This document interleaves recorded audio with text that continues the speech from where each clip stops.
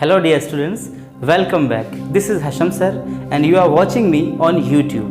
Dear students, आज हम बात कर रहे हैं पास्ट एडजस्टमेंट। एक नया टॉपिक हमारा है जिसका नाम है पास्ट एडजस्टमेंट। पास्ट एडजस्टमेंट के क्वेश्चन कैसे सॉल्व होते हैं, उनके स्टेप्स मैंने यहाँ बोर्ड पर लिखे हुए हैं, आपको दिख रहे होंगे। पहले आप इसका एक बार स्क्रीनशॉट ले लीजिए। चलिए, उम्मीद करता हूँ आपने इसका स्क्रीनशॉट ले लिया होगा। अब मैं सबसे पहले आपको पास्ट एडजस्टमेंट होता क्या है इसके बारे में थोड़ा इंट्रो करा दूँ, थोड़ा सा समझा दूँ। देखिए, पास्ट एडजस्टमेंट का केस ये होता है जब कभी पिछले साल में, पिछले फाइनेंशियल ईयर में कुछ एडजस्टमेंट होते हैं जो रॉन्ग हो जाते हैं, जिसमें कुछ प्रॉब्लम हो जाती है, प्रॉब्लम अकर होती है, कुछ इश्यूज़ आ जाते हैं। ऐसी कंडीशन में हम करते क्या हैं, उसको नेक्स्ट फाइनेंशियल ईयर में हम कुछ इंट्रीज, एडजस्टिंग इंट्रीज पास करके उसको हम सही कर लेते हैं। मतलब उस एरर को, वो जो गलती होती है, वो जो ओमिशंस हो जाते हैं, जो चूक हो जाती हैं, गलतियाँ, उनको सही करते हैं। उनको सही करने के लिए कुछ तरीका होता है, कुछ स्टेप्स होते हैं। तो पहले इन स्टेप्स को मैं एक्सप्लेन करूँगा, आपको स्टेप्स सारे देखने हैं, किस तरह से मैं एक्सप्लेनेशन इसका दे रहा हूँ। उसके तुरंत बाद मैं इन्हीं स्टेप्स को फॉलो करते हुए एक क्वेश्चन आपको सॉल्व करके दिखाऊंगा ताकि आप इस पूरे टॉपिक को प्रॉपर वे में पूरा समझ सकें। तो डियर स्टूडेंट्स, आइए देखते हैं सबसे पहले हमें क्या करना है। अगर पास्ट एडजस्टमेंट का क्वेश्चन हमसे पूछ लिया जाता है और जो क्वेश्चन मैं सॉल्व भी करवाऊंगा इसको समझाने के बाद, वो भी बोर्ड का ही क्वेश्चन है।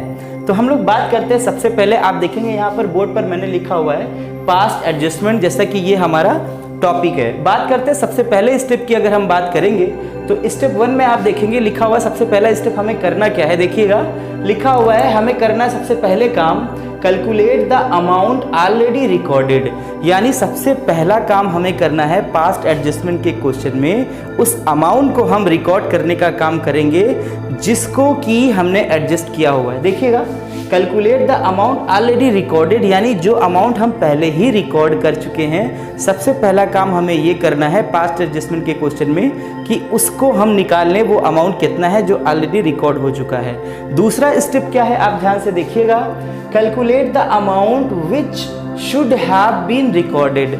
उसके बाद हम उस अमाउंट को कैलकुलेट करेंगे जितना एक्चुअली हमको रिकॉर्ड करना चाहिए था। मिसाल आप ये ले लीजिए, हमें 500 रिकॉर्ड करना चाहिए था लेकिन हमने 200 ही रिकॉर्ड किया है, तो हमें कितना हमने वो गलती किया उस अमाउंट को भी हम ले लेंगे। या हमें 200 रिकॉर्ड करना चाहिए था, हमने 500 रिकॉर्ड कर दिया है, या जो भी गलती हुई है उस चीज़ को हम यहाँ पर दिखाएंगे दूसरे स्टेप में। तीसरा है calculate difference between step 1 and step 2, यानी इस अमाउंट में क्या फ़र्क आ रहा है उसको देखेंगे। सपोज कर लीजिए ये अमाउंट जो है वो 300 है, ये 200 है, तो 100 का फ़र्क आ रहा है। कैसे आ रहा है उस सीन को हम समझेंगे।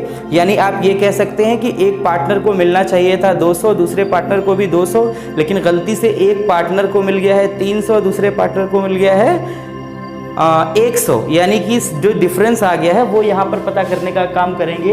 यानी हम कैलकुलेट करेंगे डिफरेंस बिटवीन स्टेप 1 और स्टेप 2। तीसरे में मैंने लिखा हुआ है स्टेप 4, आप देखेंगे लिखा हुआ है find out the partner who received excess and the partner who received less. अब ये बहुत बड़ा पॉइंट है डियर स्टूडेंट्स, यहाँ पर हमें देखना है कि वो पार्टनर कौन सा है जिसको पैसा कम मिला है और वो पार्टनर कौन सा है जिसको पैसा ज़्यादा मिला है। तो ये लास्ट के 2 पॉइंट आपको देखना ज़रूरी है।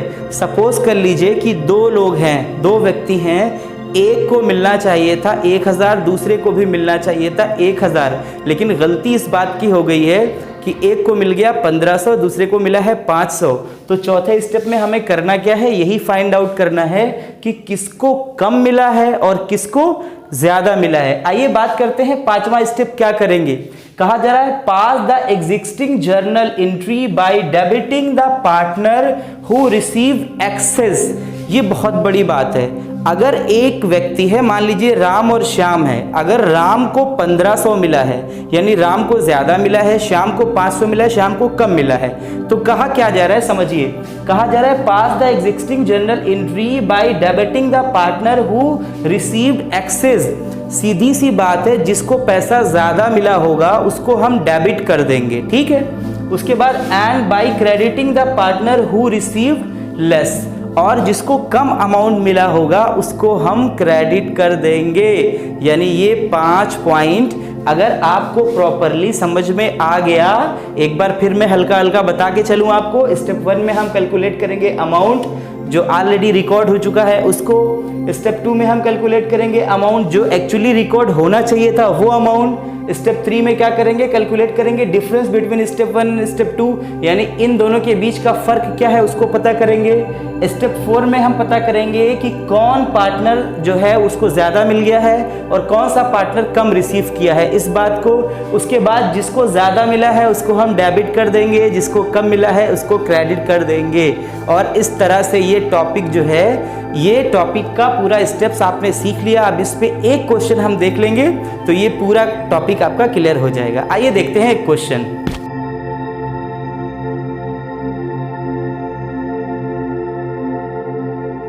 तो डियर स्टूडेंट्स, अब ये जो क्वेश्चन मैंने आपको बताया है, जो मैं हम लोग करने जा रहे हैं, आपने स्क्रीन पे पहले ही देख लिया होगा।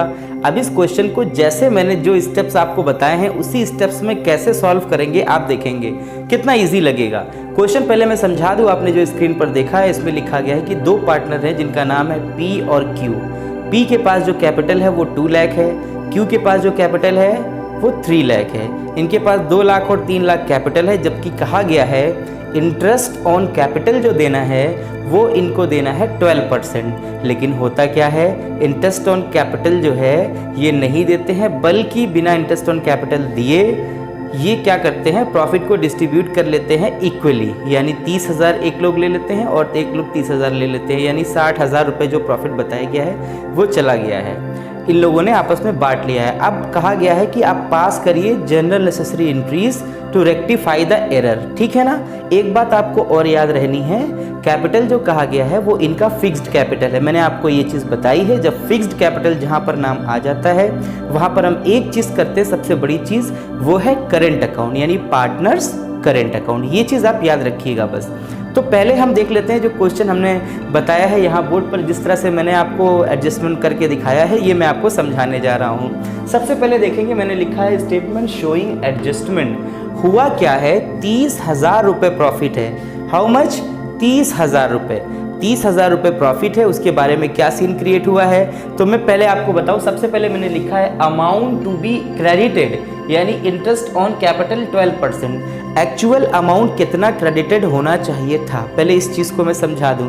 देखिएगा, होना चाहिए था कि जब 60,000 था तो उसको 12% के अकॉर्डिंग, मतलब 12% इंटरेस्ट ऑन कैपिटल जितना इनका बनता था, 2 लाख पर 12% जितना बनता था और 3 लाख पर 12% जितना बनना था उनको दे करके हटाना चाहिए था। लेकिन हुआ क्या है, बिना इंटरेस्ट ऑन कैपिटल दिए इन्होंने प्रॉफिट को इक्वली बांट लिया है। देखिए क्या किया है इन्होंने किया क्या है, देखिए 30,000 यहाँ पर इनको, यानी 60,000 का 1:1 यानी इक्वली बांट लिया गया है। 30,000 इनका और 30,000 इनका, टोटल अमाउंट कितना हो गया 60,000। अब एक चीज़ समझना है, ये जो अमाउंट आप कहना है ये है credit amount and this will is debit amount. ठीक है ना।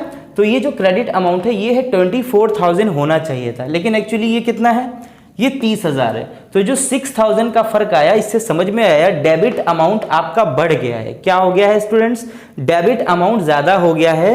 मतलब P को जो दिखाया गया है, P का डेबिट अमाउंट ज़्यादा, मतलब इनको 24,000 इनका चाहिए था लेकिन इनको एक्चुअली मिल गया था। आप सीधी भाषा में समझे, सरल भाषा में, जो आप आए दिन मतलब दिनचर्या में अपने इस्तेमाल करते उस भाषा में समझिए।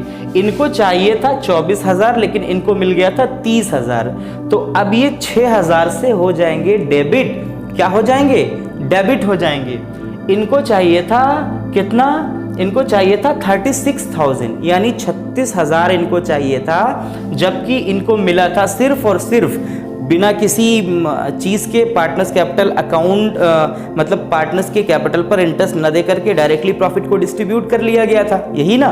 तो इनको मिल गया था 30,000, जबकि इनका जो राइट था मिलने का वो था 36,000। मतलब कितना इनको और चाहिए था, 6,000। मिला जुला करके मैं ये कहना चाहता हूँ, बहुत ज़्यादा डीप मत जाइए, बस इस तरह से समझिए बिल्कुल इजी वे में कि इस बंदे को चाहिए था 36,000 यानी 36,000, मिला कितना था इसको, सिर्फ 30,000।